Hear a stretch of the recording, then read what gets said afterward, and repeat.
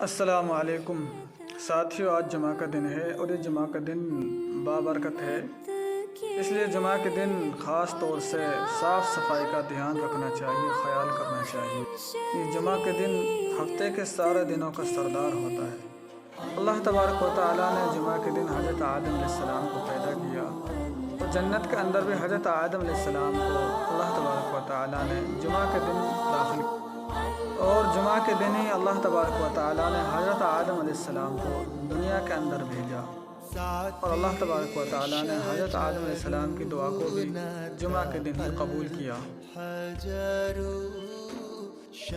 اللہ تبارک و تعالیٰ جب قیامت نازل فرمائیں گے تو دوستو جمعہ کا ہی دن ہوگا۔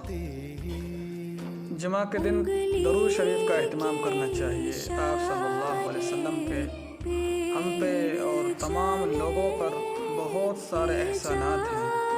حضرت ابن عباس رضی اللہ تعالی عنہ کی روایت میں ہے کہ ایک یہودی آپ کے پاس آئے اور کہنے لگے، جمعہ کا دن اگر ہماری شریعت میں ہوتا تو ہم اس کو جشن کا دن مناتے، یعنی خوشی کا دن۔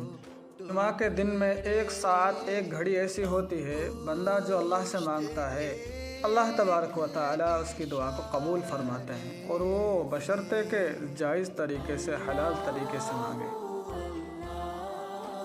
دوستو ویڈیو اگر اچھی لگی ہو تو ہمارے یوٹیوب چینل کو سبسکرائب کر دیں۔ السلام علیکم ورحمۃ اللہ۔